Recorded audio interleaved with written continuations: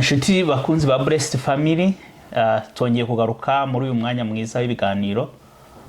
Twongeye kugirirwa ubuntu bwo kubana namwe, kandi natwe dushimye Imana ko nawe ugiye kudukurikira umeze neza, kandi butanameze neza mu by'ubuzima busanzwe.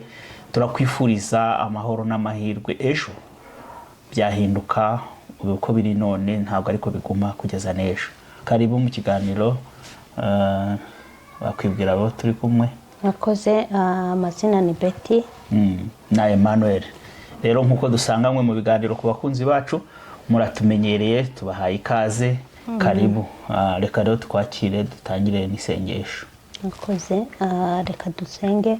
Data wa twese, turagushimiye kuko uri Imana yacu, uri Imana idukunda, uri Imana yaturemye kandi uzi imibereho yacu ya buri munsi.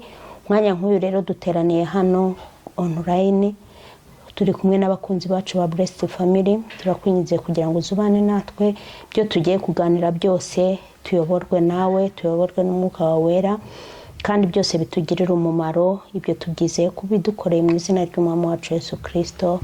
Amen. Karibu mu kiganiro. Nkuko tubimenyereye rero tugira ijambo ry'umunsi. Reka tukwakira bari nawe udukingurira uyu mwanya tuganira ijambo ry'umunsi. Murakoze cyane.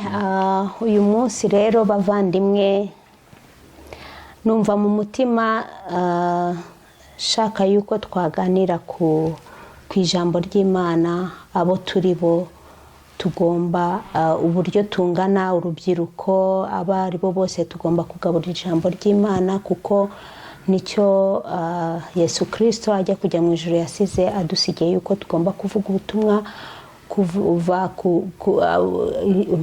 kugeza ku mpera y'isi. Turasoma ijambo riri muri Timoteyo wa mbere ibice 4 n'umurongo wa 12.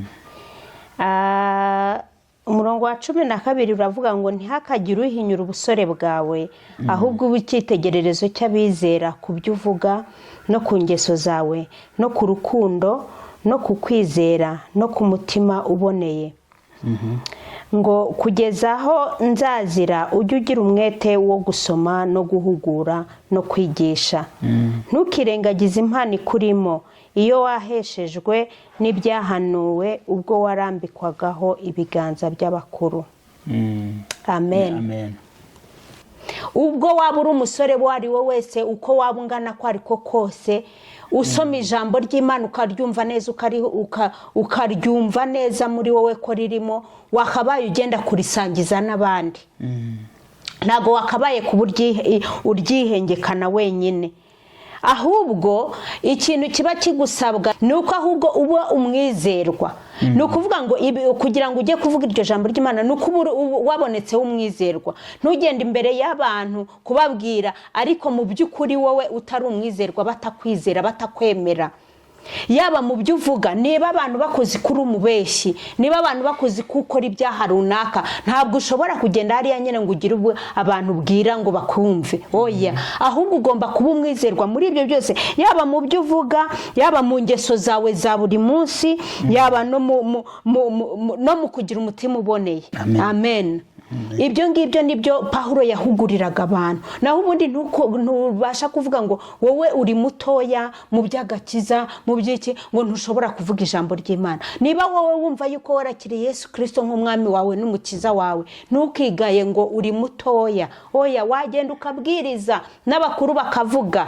Muri iyi minsi turimo ni ibintu biragoye, noneho tugiye kujya tubura naho tubwiririza, nabo tubwira nubabwira banagufate banagufunge. Ariko se ibyo bizadutera ubwoba? Ntabwo bizadutera ubwoba, ahubwo tugomba gushikama tugakomera. Ijambo ry'Imana no kuri 13 ngo kugeza aho nzazira ujye ugira umwete wo gusoma no guhugura no kwigisha. Ntabwo tugomba guhagarara, tugomba gushikama tukavuga ubutumwa bwiza, tukabwiriza ubutumwa bwiza bukagenda, tukavuga Yesu ko yadukijije, ko Yesu Kristo yatuvanye mu byaha, Yesu Kristo yatubatuye aho twari turi habi, yatuvanye habi akatwicazanya n'ibikomangoma. Haleluya. Ibyo byose rero bigomba kuvuga ngo ntitugomba, nkuko Paulo yabivuze ahangaha, ntabwo tugomba kwisuzugura uko twaba turi kose, ahubwo reka tugire imitima iboneye, tugire ingeso nziza, twere imbuto z'abihannye kugira ngo dukomeze tuvugire ijambo ry'Imana. Nugenda kuvuga ijambo ry'Imana abantu bakuzi yuko wowe nta ribiri kuriho, nta kintu kibukora, abantu bazakumva. Reka bene data twongere twibuke yuko tujya tugira akanya gatoya cyane ko gusangira ijambo ritoya, ariko reka twongere twibuke yuko uko waba ungana kose, waba uri mutoya, waba uri mukuru, twese tugomba gusangiriza bene data, bene wacu ijambo ry'Imana. Haleluya. Imana yo mu ijuru tugirire neza, kandi turabifuriza yuko muguma mu buntu bw'umwami wacu Yesu Kristo. Amen. Amen. Urakoze cyane. Kandi ikintu navugaho gito nuko mu buryo bwo gusangiza, mu buryo bwo kusangiza ijambo ry'Imana ni byiza kuvuga, ukabwira abandi ibyo wemeye, ukabibasangiza. Ariko burya hari n'ibintu byo kuba wereka abantu nabwo kuba uviva ijambo, kuba mu ijambo, kubaho kubw'ijambo. Ibyo nabyo bishobora guhindura abantu benshi utanavuze ibintu byinshi. Barebye ukuntu ubayeho, barebye ukuntu umeze, bashobora kuvuga bati uyu muntu abaho ku buryo bw'ijambo, uko ijambo rivuga nawe niko ariho. Bikaba byatuma abantu bamwe bakwigiraho, bakaba bagira nuko guhinduka kwawe, uko wari umeze mbere no umaze kwakira Yesu, nabyo ubwabyo bikabibe ivuga butumwa. Bigire icyo abantu babyigiraho, babashe kuba bahinduka. Nicyo nashaka kongeraho. Imana yacu itugirire neza. Turaje rero mu kiganiro cy'uyu munsi. Uyu munsi twifuje kugira ikiganiro cya kubera iki. Kubera iki ni hamwe tugira ibibazo twibaza cyangwa se inama tugirana. Twavuze kwicano yacu ku muntu uje mu bushyashya ni nahantu abantu bahura bakubashe guhugurana. Mu buryo duhugurana mu buryo bubiri, haba bumwe mu ijambo ry'Imana, haba ndetse no ku muryango, uburyo umuryango waba mwiza. Uyu munsi rero turahugurana mu ijambo ry'Imana, cyangwa se uburyo dushobora kubaho nk'abakristo. Imana yacu tugirire neza rero, tuze kubana namwe bakunzi bacu muri iki kiganiro kandi kitunezeza. Topic y'uyu munsi cyangwa se insanganyamatsiko y'uyu munsi ijyanye n'ikintu bita accountability. Accountability muri Icyongereza ni ikintu kijyanye no kwerekana ibyo ukora, cyangwa se kuba uri umuntu uhawe inshingano ukerekana icyo umaze uzikoramo, ukaba ukerekana ku mugaragaro, udahisha, ukagira igihe cyo kwereka ku mugaragaro ibyo ukora, ukaba ndetse wanabibazwa ukabyerekana uko dore ibyo nkora, nuko ugashyira ibyo ukora mu mucyo. Icyo rero nicyo kintu tugiye kuganiraho. Impamvu tugiye kuganira kuri iki kintu rero ni ukubera iki. Nuko hari umunsi nigeze numva umuntu abwiriza, kandi si ubwa mbere mbyumvishe. Hari abantu bavuga ngo bakristo ubwo mutanga amaturo, mukaba mutanga amaturo, ese ni ngombwa wetanga amaturo? Hari ubwo ushinzwe kumenya ibyo amaturo akora, we yatange. Hari igihe twajyaga tuganira abantu bavuga atari ko ibyo bintu amaturo akora, cyangwa se ko ashobora kuba akoreshwa ibintu tutazi. Ati hoya, niba ibyo amaturo akora yatange, wowe gahunda yawe ni ukuyatanga, ariko ntuzabibazwa ibiri inyuma yayo.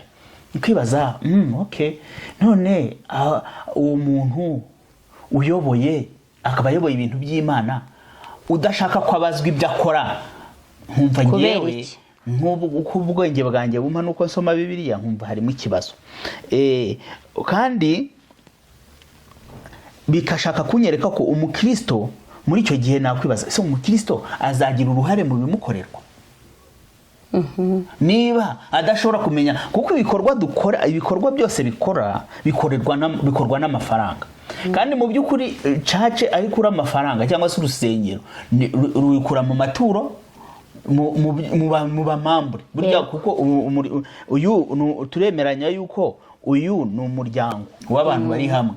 Umuryango wose kugira ngo ubashe kubaho nuko abawugize bagira icyo baterateranya, bagakontribu harimo contribution rero za muri cace akenshi zibaho mu kubw'amaturo no ku bya 10 babyaka ukumva rero ayo mafaranga yaterateranijwe no mu bundi buryo n'izindi service bashobora gutanga bakaza babazi kuri bazi abakazaka amafaranga gushyingira n'ibindi nk'ibyo ayo mafaranga rero yagiye kusanga ese ni ikibazo twibaza mbese ni ngombwa ko ubuyobozi bumurikira abakristo byo gukora bukoresheje ayo mafaranga mbese ubuyobozi bw'itorero bwagenzurwa nabyo mu bwo bukora ese ni ngombwa aho rero aho niho ishingiro ry'ikiganiro riherereye jewe ndumva ibyo bintu ari ingenzi kubera yuko buriya nk'abakristo umunsi ku wundi ibintu bigenda bihinduka bishyashya kera ndibuka yuko hari amatorero amwe na mu buryo yagendaga avuka abantu babaga bari mu mwuka cyane bakagendera mu by'umwuka ibindi ntibabyiteho ariko icyo gihe nacyo abantu babaga ari abizerwa bakomeye pe bagakizwa bikagera mu mutima ku buryo utabaga wavuga ati pasiteri ashobora kurya amaturo ngo ayamare ayakoresha ibyiwe bitajyanye n'umurimo icyo gihe abantu barakizwaga cyane ariko ibintu byagiye bikomeza bihinduka uko byagiye bikomeza bihinduka ugasanga abantu niko n'ubunyangamugayo bugenda bushira kandi tuvugishije ukuri uramutse uyoboye ahantu nta muntu ugira ikintu akubaza nawe ugira hari akantu satani ashobora kugutega umutego kuko kugira ngo umuntu abashe kujya kuba yakoresha amafaranga icyo atagenewe hari uburyo biba bimeze nka fraude hari ibintu twajyaga twiga fraude bituma fraude ibaho kubera iki kubera yuko hari d'abord hawe icyuho mu mabwiriza cyangwa mu mategeko nta mategeko ayobora ibintu cyangwa se niba nahari ukabona mu icyuho ku buryo icyo cyuho kiri bugufashe gutwara amafaranga cyangwa se ushobora kuvuga uti ko nabonye runaka nawe abikora umuyobozi wacu nawe nabonye abikora reka nanjye mbikore kuko nabandi nabo barabikora cyangwa se ukavuga uti reka mbikore kubera ko ubu ngubu mfite umurwayi reba iyi biri ngiye kwishyura cyangwa se iyi fagitire yo kwa muganga ukuntu ingana none ubu nakuraho amafaranga reka mbe nkoresheje amafaranga wenda nzanayashyiraho cyangwa se reka mbe nyakoresheje bigenze gute so uko kuntu kose no pasiteri nawe cyangwa se n'uyoboye n'ibyo bintu nawe bishobora kumugeraho ashobora kubona nta kibazwa nta muntu uri kumubaza nawe kameme nk'umuntu yagira ibibazo akaza avuga ati reka mbanze nkoreho duke ejo akaba duke ejo noneho akaterurira byose rero iyo urebye nk'uko twari turi kuvuga definition ya accountability ngo ni uburyo umuntu aba responsable cyangwa se aba agira inshingano zo kugira ibyo akora kandi akaba ibyo bintu akora akaba yabibazwa akaba yabitangira ibisobanuro uburyo birimo biragenda mu by'ukuri hari ibintu hari ibintu tusanga muri accountability hari kugira inshingano hari uwaguhaye inshingano noneho hamwe nabo izo nshingano zigiraho ingaruka mu by'ukuri urebye mu setting y'itorero uba warahawe inshingano either ni itorero niba uyoboye ushobora kuba umushumba w'itorero lokale cyangwa se uri umushumba ntuwe waba uri ko hejuru uba warahawe itorero ni inshingano n'itorero ariko burya mu itorero cyane cyane iyo tugeze muri by'Imana tugomba ko inshingano nkuru uba warazihawe n'Imana ugomba kuba ugomba kugaruka kwerekana n'Imana ubwayo ukayibera tudora abantu inshingano wampaye Imana dore uko nzikora ariko niba ufite n'umuntu kuri hejuru ku buryo uri hejuru niba uri kuri paruwasi ufite ahandi utanga nabwo ukaba ukamenya ko aho hantu utanga raporo naho ugomba kubakingurukira ukabereka uburyo ibintu bikora so rero abuyoboye nabo bagomba kumenya ibyo ukora ntabwo abantu babaho mu buhumyi ngo bagende gutyo gusa bagomba kumenya ukora iki noneho n'inshingano zawe zihagaze gute so hari ibintu by'inkingi nkenye accountability ihagazeho ibintu byo kwerekana hari ikintu bita responsibility cyangwa responsibility ni ukuvuga ngo ni inshingano ibyo ugomba gukora nubwo twari tubivuze hari ikintu cyitwa answerability icyo kintu cyo kuvuga ngo ngomba niba hari ibintu nakoze ngomba kubisobanura nkerekana uko bibaho hakaba n'ikintu cyo noneho rero cy'ubunyakuri aho ngaho niho hazamo ubwo bunyakuri abantu ugomba kubikora umisobanura ko harimo n'ukuri bishingiye ku kuri, noneho kandi hakabamo n'inshingano zo kubikora, ufite obligation ufite hari urobrige, ntabwo ari ibintu byo kugusaba, ufite obligation yo kuvuga ngo niba hari wahawe inshingano ugomba no kwerekana ibyo ukora. Yego, ntabwo ari ukuvuga ngo urazinzika abantu ngo bagendere mu kigare, ntabwo ari ibintu byo kugendera mu kigare.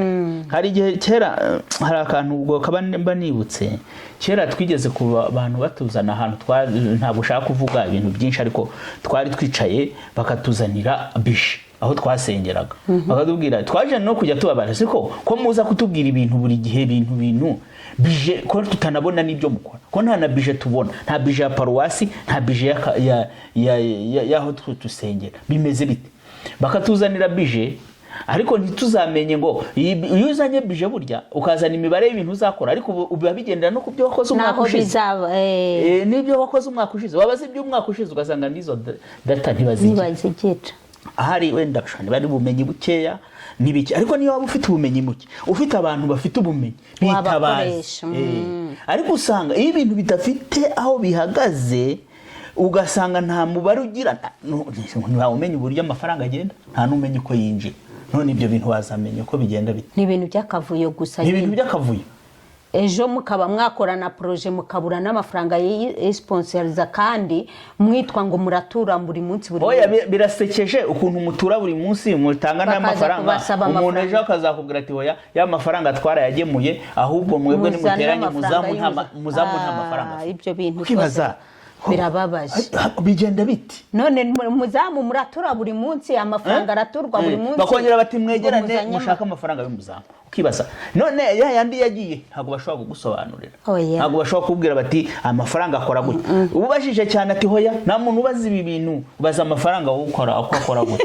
Hari undi nandi kumva nawe ari kwigisha avuga ngo abantu babona baza ko amafaranga yakoze ngo burya nta nicyo baba batanze, ariko abantu n'abantu barakureba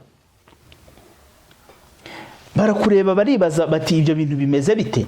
Rero nibaza ko ni ikintu cy'ingenzi kwerekana ibyo ubazwa. Hari ubyo rero niba bibaza ati ese mu nsengero nabo koko babazwa, ariko twabonye ko urusengero narwo hari umuryango w'abantu bateranye nyine, none se nyine ko baba bateranye bakaza guhuza n'ibyo byabo, ni nayo mpamvu RGB ibabwira ati mwiyandikishe tubamenye nk'umuryango, tumenye mufite n'abamambure bangahe, mukora muti, nizihe nzego mufite. Nukuvuga ngo nicyo kintu gifite inzego kikaba gifite umutungo ukoreshwa, kigomba no kwerekana uburyo gikora. Yego, gikora gite, biva he bigera he bikarangirira. Nubona na rimwe na leta ibwira abantu ati ariko ibintu byanyu ni ibiki, ntabwo bisobanutse nyine, no kubera ko hari n'igihe banareba bagasanga ibintu, bashobora kuba baza kubabaza na raporo bagasanga nta kintu bagira. Umuntu akaba yakubaza raporo agasanga nta raporo ufite. Akuzi kuba wagira urusengero rukamara imyaka 10 imyaka 20 ukaba udafite n'ubwiherero bw'abakristo bajya aho kwiherera, ibyo bintu biba bibabaje. Kandi bakubaza report, bakubaza raporo y'ibyo ukora ugasanga nta kintu na kimwe ufite. Ibyo ngibyo rero abantu nukuri niyo mpamvu abantu bahindutse ibintu, uburyo twakabaye dukoreramo Imana ibintu byose byarahindutse, ahubwo byavuyeho biba business. Icyo rero ngira ngo binaduteza n'ibibazo, ugasanga n'iki gihe abantu baravuga ku bintu byo gufunga insengero. Of course hari ibice bimwe abantu bashobora kuvuga bati ese bigende gute, ariko hari naho usanga natwe abakristo n'abayoboye insengero ugasanga natwe hari ibice bigaragaramo ko dufite intege nke. Yego, izo ntege rero abantu bashobora nabo kuziza. Urumva hari igihe buriya na Satani nawe agendera no ku ntege nke zawe. Yego, niba nawe ufite intege nke, udashobora kwerekana uburyo utwaye ibintu, udashobora kwerekana uburyo ukoresha amafaranga y'urusengero, udashobora kwerekana ati niba leta ubungu biravuga ati mudufashe iki, ntushobora kuba werekana n'uburyo ufasha abantu wenda muri mitiweli. Yego, ntushobora kuba werekana uburyo abapfakazi bari iwawe babagira icyo babona, kuko ibyo byose biboneka mu kumurika ibyo ukora.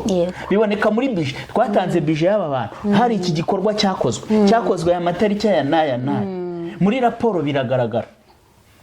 urakumva nicyo accountability kugira ngo tujye tunahugurana natwe ubwacu tujye tunagira n'umwanya nyine wo kuba twakwinenga. Iyo usomye Abafilipi ibice 4:8 Paulo yarabandikira ababwira ngo ibisigaye bene data iby'ukuri byose ibyo kubaho byose ibyo gukiranuka byose ibiboneye byose iby'igikundiro byose n'ibishimwa byose ni haba hariho ingeso nziza kandi hakabaho ishimwe aba ari byo mwibwira. Ibintu biboneye byo iby'ukuri byose kuko iyo tuvuga iki kintu cyitwa accountability, iyo tuvuga byo kumurika ibyo ukora no gushyira ku mugaragaro uburyo ukora ibintu byawe, ibi ni ibiboneye Paulo yavuga.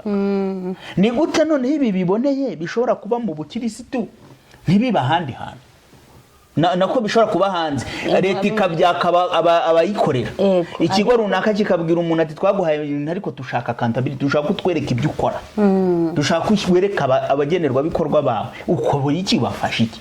Ariko wagera mu rusengero ugasanga ibyo bikora kuko ibi bintu bikora hanze kandi ari byiza kuki twebwe tutabikora iwacu. Erega wibuke yuko hari n'indi miryango mpuzamahanga ihereza funds abantu ngo bakoreshe, nabo baragaruka bakakubaza ngo ya mafaranga wayakoresheje gute. Oya hejuru basanga warakoresheje nabi bakaba bayakwishyuza kandi na mafaranga abantu baratanze barakontribuye kujya gufasha abantu, ariko nabo ibyo accountability nayo irabiherekeza. Hari ntuza hejuru y'ibyo twavugaga bimafaranga za no mu rutorero, hari n'ababona amafaranga yo muri za ONG no imiryango ifasha. Hari abantu abapasiteri benshi babona amafaranga ya compassion.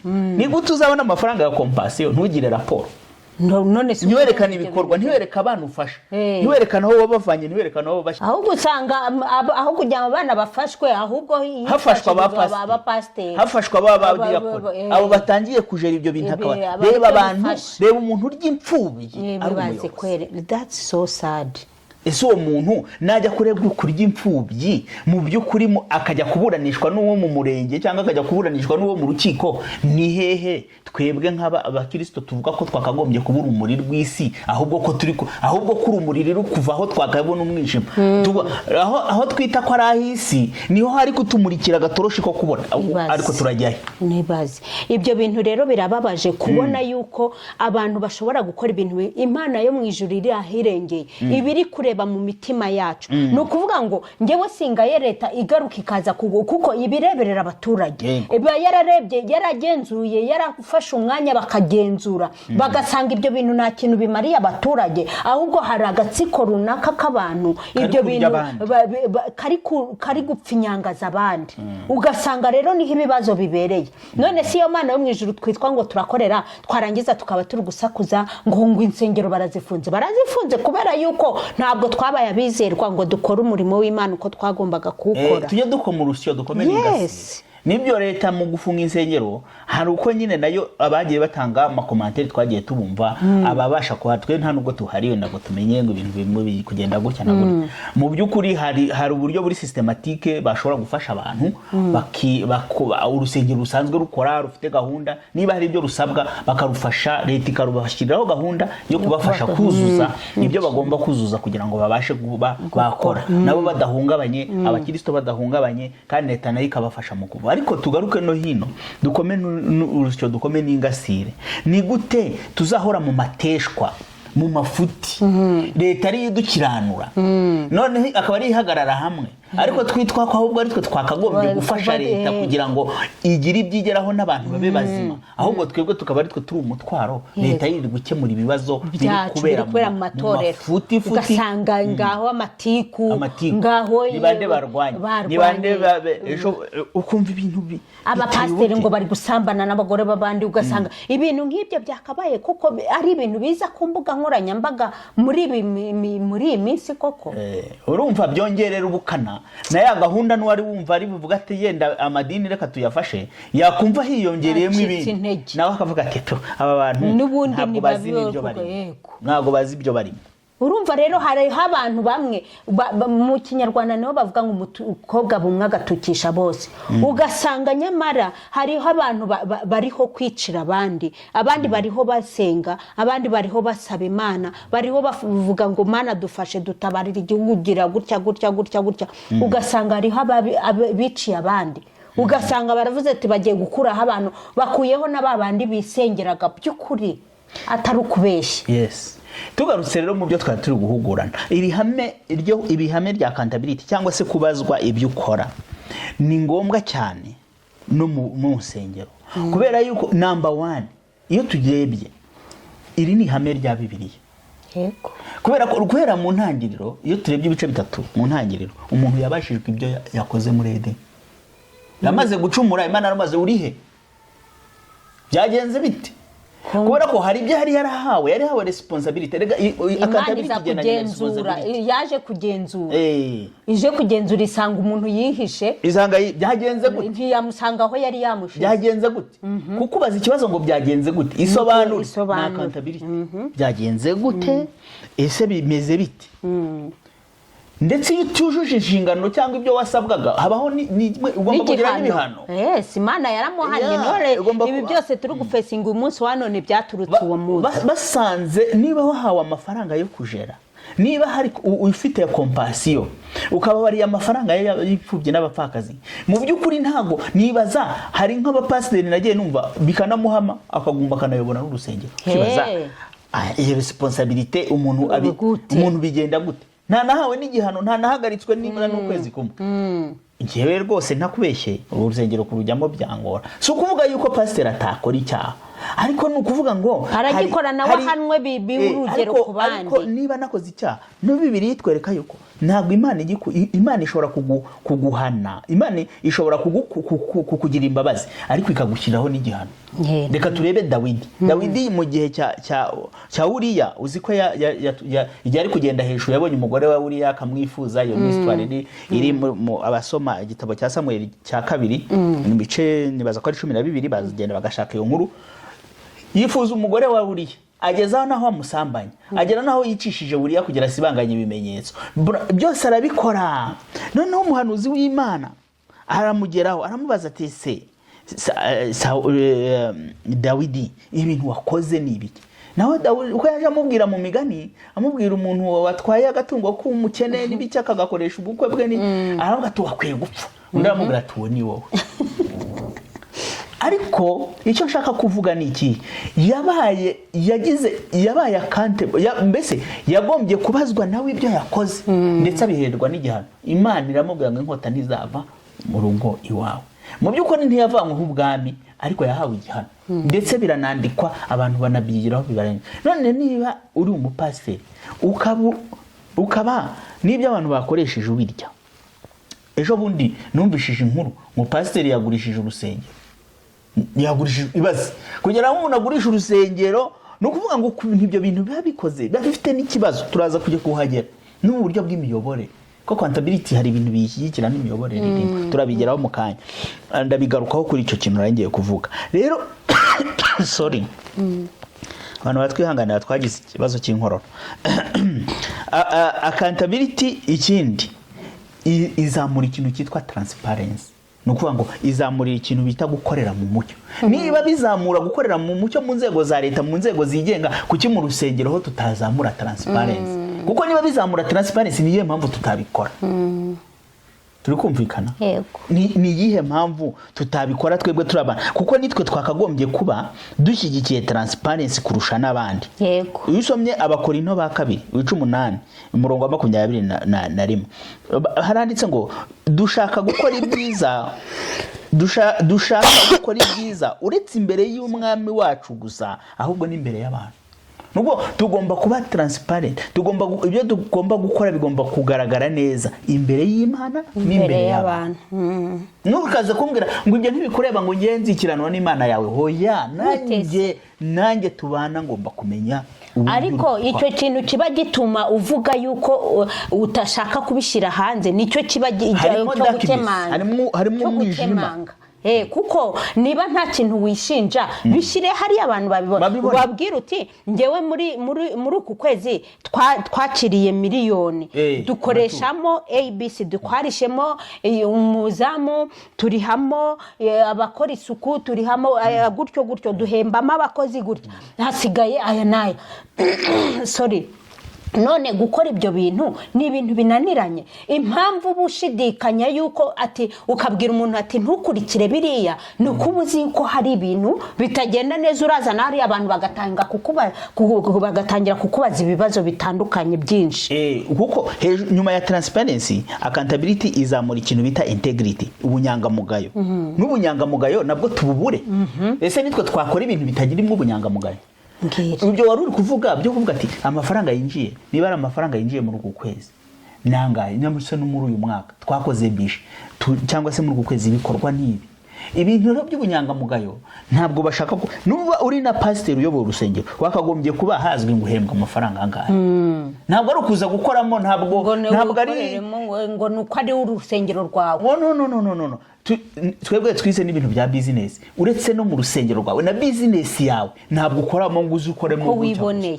Niba ufite system iri aho ngaho, ufite n'abakontabure, ufite wenda business imaze gufata, ufite n'abakucungiye umutungo, ntabwo uzubabwira ngo mumpa amafaranga gutyo gusa. Reka da urandika ugasaba amafaranga. Haba hariho policy and procedures ukurikiza. Niba usaba amafaranga wuzuza urupapuro urwo nawe niburi wowe urwuzuze rube approved. Kandi noneho niba uri nyiri ibyo bintu ukaba ufitemo n'akazi, uzahemberwa akazi ukora. Niba uri nyiri business ukaba ari nawe DG, ari nawe director, uzahembwa mu mushahara wa director general. Nta kintu ikindi uzategereza dividende, nukuvuga ngo inyungu zizaboneka nyuma y'umwaka akaba ari zo nazuhabwa. Kandi nazo yuzihawe zigira urupapuro ruzisohora muri company, ruzijyana kuri account yawe kugira ngo na Rwanda Revenue cyangwa se aho uri baguca n'umusoro.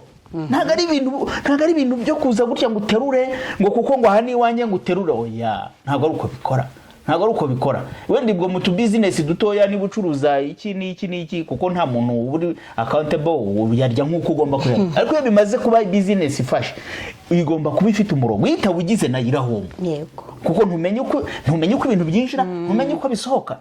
Rero no mu buryo bw'urusengero niba by'umunyangamugayo bikora handi bitakora mu rusengero ntabwo bishoboka. Ntabwo ibyo bintu bibaho, ntabwo bishobora gukunda.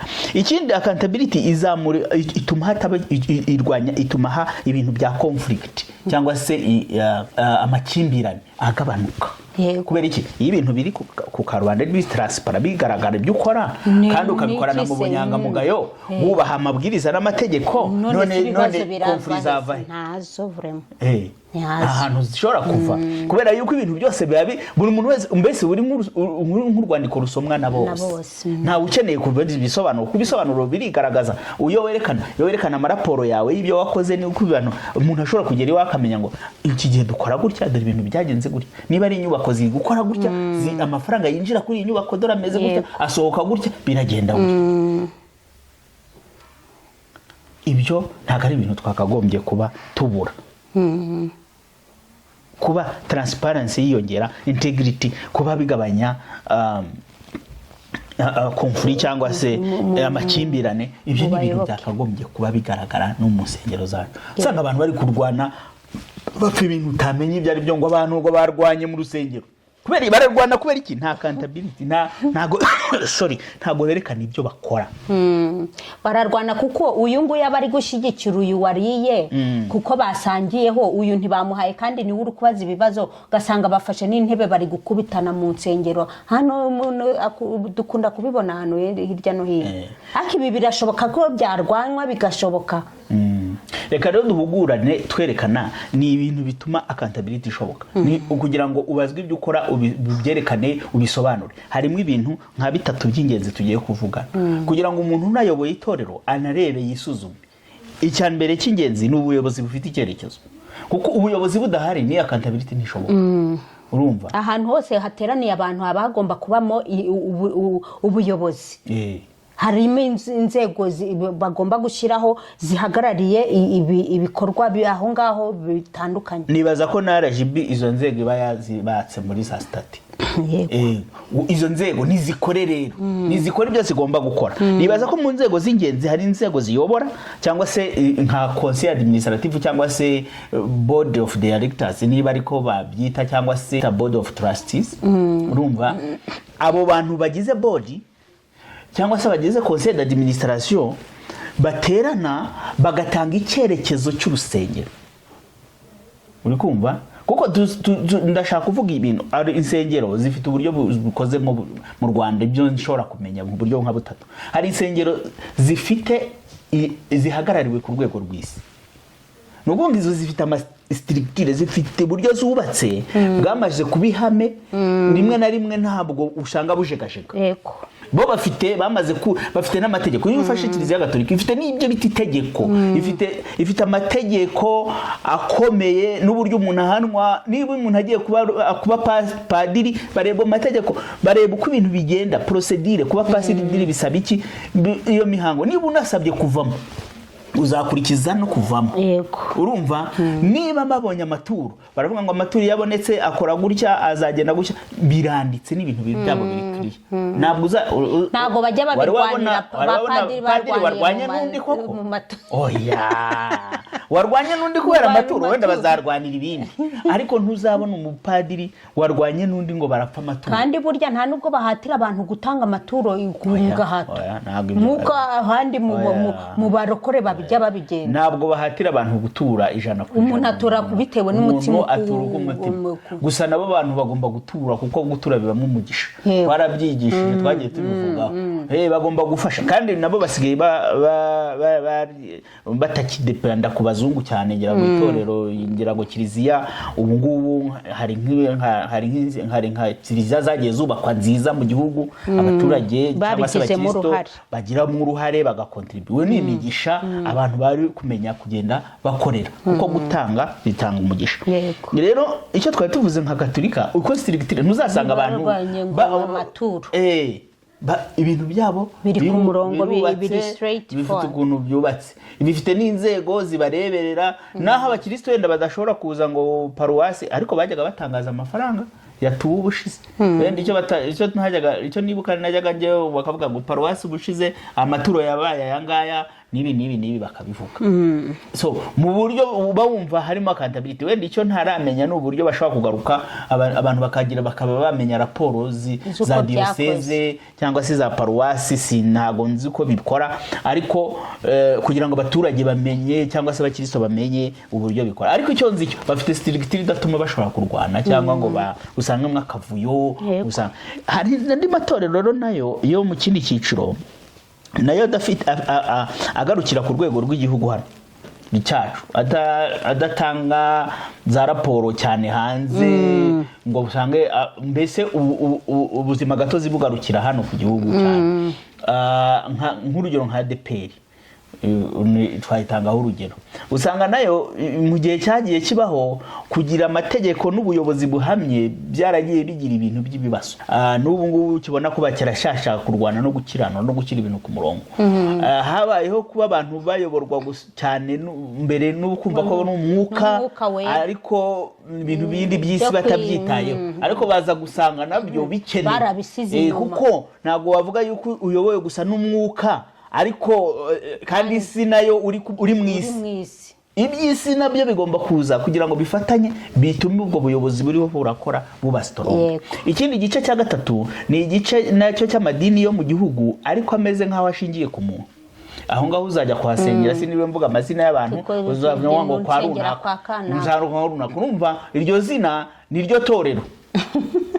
Aho ujya bavuge n'izina ry'itorero, bavuga kwa runaka. Icyo ni igice cyacyo cya gatatu, usanga harimo abantu bitwa ko ari abavizioneri. Nuvuga ngo nibo bafite iyerekwa ry'urwo rusengero. Nuvuga ngo rero iyo uwo muntu atabaye umuntu muzima, akora ibintu nawe uko abyishakiye, nk'iyi body cyangwa ngo agire urwego rumushyira ku murongo, ubundi yakagombye kuba afite urwego nawe nubwo ari umuvizioneri rumufasha kureba cyangwa rumuyobora uko ibintu bigomba gukora, atari ukuvuga ngo azayobora ibintu we uko abyumva yewe nk'umurima we. Kandi abantu mu by'ukuri ntabwo wenyine ku giti cye ntiyayobora iryo itorero nta bantu afite, ntabwo bishoboka. Niyo mpamvu rero inzego ari ngombwa, nk'uko RGB izisaba, burya ni ngombwa ko zibaho kandi zigakora. Iyo nama conseil d'administration ubu niyo yakagombye, n'uwo muntu ari visionnaire yakagombye kuba chairinga leading iyo conseil d'administration kugira ngo izitange icyerekezo, kandi nawe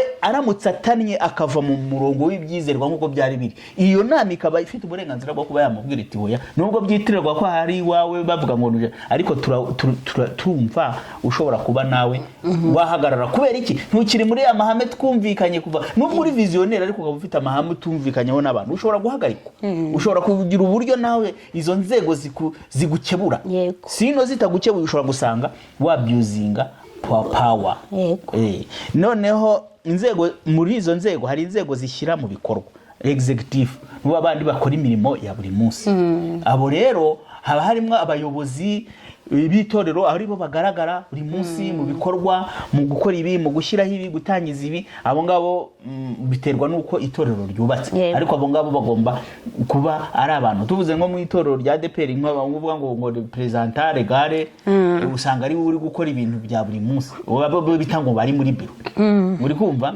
abo rero ni abantu bakora bashyira mu bikorwa irundi rwego ni urwego rw'igenzura ntabwo abantu babaho hatabaho ukugenzura ngo barebe uko ibintu bikora nyine ni naho hazamo n'icyo kintu cya accountability gatezwa imbere ku buryo bufatika n'inzego zikemura impaka izo ni inzego zakagombye kuba ziboneka zigakorana neza ku bw'inyungu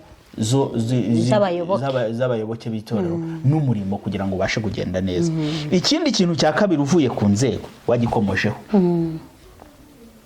policy and procedures amabwiriza n'imirongo ngenderwaho ni ngombwa ko abantu baba bafite amabwiriza ibintu bibayobora hano rega hari abantu benshi no mu rugo rw'umuntu no mu rugo nyirizina muba mufite amabwiriza bamo mukaba mwavuga ati muri uru rugo ukabwira abana bawe uti sinshaka ko umwana agomba gutaha sangahe saa 12 cyangwa saa 12 n'igice uzaburi ibyo na amabwiriza yo mu rugo rwanyu bitangira hanga none ibazo uyoboye abantu igihumbi 2,000 none se ni gututagira amabwiriza mugenderaho muri urwo rusengero ni byiza ko mugira amabwiriza ese ni ko tumaze ko dukenera kugira ibintu tugura ni gute tuzakora procurement ni gute tuzagura ibintu bigurwa gute ese tugomba kugira komite yiga ku bintu ese ibintu iyo bigeze kuri aya mafaranga ni umuntu mubigura gusa cyangwa habaho komite igura ibintu nk'ibyo ese twangasha abakozi gute niba dukeneye abakozi ni gute buri muntu azazana umuntu we ngewe ngende nzane wanjye cyangwa kandi nta bushobozi afitiye uwo murimo turi gukenerera umuntu ni gute ibyo bintu byose bigomba gushyirwa ni gute umushumba yimikwa agomba kuba yujuje ibiki muri iyi minsi rero ikibazo kihari n'ibintu bitera amatiko ubu sigaye ufite akamiliyoni kawe ukagenda ukagatanga hariya hejuru bagahita mu gitondo bakugira umushumba kubera nta nubwo wabihamagariwe nta nubwo wabyigiye nta n'umuhamagaro ubifitiye ariko kubera ko bazi ko irante bugiye kwicara uzayiryaho ugatanga amafaranga bakagushyiraho urumva rero ibyo bintu ni nka business ntabwo ari umuhamagaro urumva rero hakagombye kuba hari ayo mabwiriza n'uburyo ibintu bikora kuko ibyo birinda ko abantu kuko iyo unyuze muri wa murongo ibintu bigomba gukorwamo nta muntu uza kukuzera kubera ko naba bandi bashinzwe kugenzura bagenzura kubera ko hari amabwiriza bagenderaho kuko ntabwo waza kugenzura wagenzura udafite ibyo ugenderaho nawe ntabwo bishoboka kuko waza ukavuga uti sereka ndebe ko bubahirije ibi kandi ntabihari niyo mpamvu hagomba kubaho uburyo inzego zikora ibyo bikaba byanditse kugeza no kuri bya bindi bito n'umuntu musengera no bya bindi byo kumuvuga ngo turakora ibi turahagarika umuntu niba muhagarika umuntu muhagarika ni gute bahagarika umuntu mufite ibigenderwaho uyu muntu yishe ABCD none agomba guhagarara ntabwo ari uko mu gitondo umuntu abibyukana ngo ndamwirukanye muri uru pasiteri akaza ati uyu muntu asigaye mbaza ibibazo byinshi reka ndamwirukanye mu rusengero agomba kugira uburyo umukristo ahagarara uko uwo mukristo bamuhagarika ntabwo umukristo ibyo bikaba ari ibintu izo nizo bya polisi ku buryo ibintu bigenderwaho bikaba biri clear atari ibintu bivuye mu mutwe w'umuntu ko yabizindutse ahubwo ari ibintu abantu baganiriye bakavuga bati ibintu bigomba gukorwa gutya ikintu cyero cya nyuma mu bisabwa bishyigikira accountability hagomba kubamo muri ubwo buyobozi muri ubwo ibyo bintu byose hagomba kuba ibintu bya monitoring evaluation and compliance nuvuga ngo ibijyanye n'ikurikiranwa n'igenzura ry'ibikorwa no kubahiriza none aya mabwiriza n'amategeko amabwiriza n'amategeko ndetse n'aya leta compliance kuko umugomba kuba mu rusengero no mu Rwanda ni ibiki bisabwa n'aya mategeko tugomba kubahiriza tugiye kuba ku rusengero ni ibiki tugomba kubahiriza tugiye gukora iki hakogomba abantu babagira inama mu buryo bwo kubahiriza amategeko n'amabwiriza ari mu gihugu yego akaba bo bajyanama babizi ntabwo waba ufite abantu igihumbi binga udafite mu munyamategeko arega ni ngombwa ko dukoresha bari abantu bahamagawe mu rusengero hari gihe tuvuga ngo impano dufite ngo nizo kubwiriza gusa no ni impano zitandukanye nyine nose turya kwiga amashuri y'iki no kujya tugira ubumenyi buze budufashe aho turi hariho hose niba ufite umuroya mu rusengero umukoreshe akorera Imana anakorera mu biri bya bindi yize niba ufite umuntu wize bya accounting nakorera Imana muri bya bindi bya accounting atanga afashe gufata umurongo niba yarize business natanga inama mu buryo ibintu byakorwa business development atanga uburyo urutorero ryatera imbere mufite imishinga muri gukora murakora bakorera Imana mubakingukire baze barebe mukinguke baze bakorera Imana social welfare abantu babizi ibintu nk'ibyo ngibyo bafashe abantu mu rusengero bameze nabi bashaka uburyo bakwita kuri abo bantu mubane mwese mumeze neza ntawe ufite ingingimira uwo muntu wize abana nibareba abantu bize ibijyanye no kwigisha abantu bize bapfe kuhereza abana ngo umuntu ubonetse wari wese ngo aze amenye ukuntu atereta abana ushobora kuba ufite impano ariko nta bumenyi ufite ari umuntu ashobora kuba afite impano anafite n'ubumenyi uwo nguwo yakora cyane kurushako ntabwo turi kuvuga yuko abantu batize batazakora kuko ari nabo utahabasanga mu giturage ariko none ukoresha niyo mpano nakwa kuno umuntu nawe akerebutse wanamubonye ko anakerebutse kuri ibyo bintu ashobora kubasha kujera abana ashobora kubasha kujera kumenya ibiri kuba akamenya amabwiriza n'amategeko yasohotse mu murenge no muri district mu murakorera dukoresha abantu mu mpano zabo so ibyo rero byari ikiganiro cyo kugira ngo dufashanye kugira ngo tubashe kureba niba abantu bashobora kwemera ko babazwa niba uyoboye urusengero menya ko kubazwa ibyo ukora ari ingenzi wiza kuvuga ngo umuntu mwibaza ngo icy'amaturo ngo n'ibya 10 byakoze kubera iki bagomba kubibaza kuko nibo babitanga niho biva babwire wabikoresheje iki ejo uragaruka ubabwira uti mutanga ibindi barabitanga n'ibya mbere batazi ko ibya mbere byagenze barabana motive kuko aravuga ati buri ibintu nakoze hari n'abapfakazi byafashe wumve uri proud ni sawa ese buri ibintu twakoze twabashije uyu mwaka byibura umupasiteri wacu ahembwa neza ameze neza uyu mwaka twabashije ndetse kwiyubakira ubwiherero twishyuye twubatse ubwiherero ibyo bikagaragara muri raporo mu gihe cyo kubazwa ndetse na leta yaza kukubaza ukaba ufite ibintu bitunganye ukabereka ukababwira dukora dore ni dukora ibi dore ibyo dufasha leta dore ibyo dufasha abaturage dore ibyo abakristo bacu dore icyo babora icyo gihe nabo bazabona uri umuntu ufite agaciro ufitiye n'igihugu akamaro none niba navuga no mu murenge bavuga ati abantu mufunga toya bariya ntimubaherewe bariya bakora ibintu byabo bikiye ku murongo ntabwo turumva basakuza ntiturumva barwana ntiturumva bateragurana imigeri ibaza aho urusengero hari ubwo bafunze burundu ngo kubera ibintu bitandukanye ibyo bintu birebye kuko usanze ari byo vraiment wabona yuko none se urumva bakora iki kindi ni Imana yo mu ijuru buriba yabyemeye none so reka rero turangirize kuri iri jambo hari ibintu Paulo byanditswe avuga mu byakozwe n'intumwa ari kubwira abantu yarasize b'abayobozi arababwira ati mwirinde ubwanyu murinde n'umukumbi wose umwuka wera yabashyiriyeho kuba barinzi kugira ngo muragire itorero ry'Imana iryo yaguze amaraso yayo bazabisoma mu byakozwe n'intumwa ibice 20:28 mwirinde ubwanyu murinde n'umukumbi wose amen ibyo dukora twirinde ubwacu niba tuyoboye abantu tubanze tumenye ibyo kwirinda numenya ibyo kwirinda bizatuma ukora n'ibintu byawe neza. Yego. Kandi noneho uzaba uri kurinda n'umukumbi. Nta bintu by'ibyonyi nta bizava hirya kubera ko wamaze gushyiraho ubwirinzi bufasha. Rero na accountability, kwerekana ibyo dukora, gushyira ku mugaragaro neza uko dukora ibintu n'uko dukoresha amafaranga n'uko dukora akazi ka buri munsi, bikaba biri mu maraporo, bikaba ari ibintu bisobanutse, bikaba ari ibintu twakwerekana, bizaturinda, bidugumishirizeho icyizere, yaba ari abakristo batugira icyizere, yaba ari leta tugira icyizere, yaba ari urwego ruturi hejuru mu rwego rwo kuyobora ahantu hose tugirirwa icyizere, biturinde ubwacu, birinde n'umukumbi, birinde nabo turagiye, nabo dushumbye. Imana yacu tugirire neza, Imana twiteho, abantu bayoboye amatorero, abantu bayoboye amatorero n'ukuri raporo zirakenewe, kwerekana ibyo mukora birakenewe. Amagambo yo kuvuga ngo abantu ntibashinzwe kubabaza ngo uko ibintu amafaranga yakozwe, icyo kintu vraiment gicike.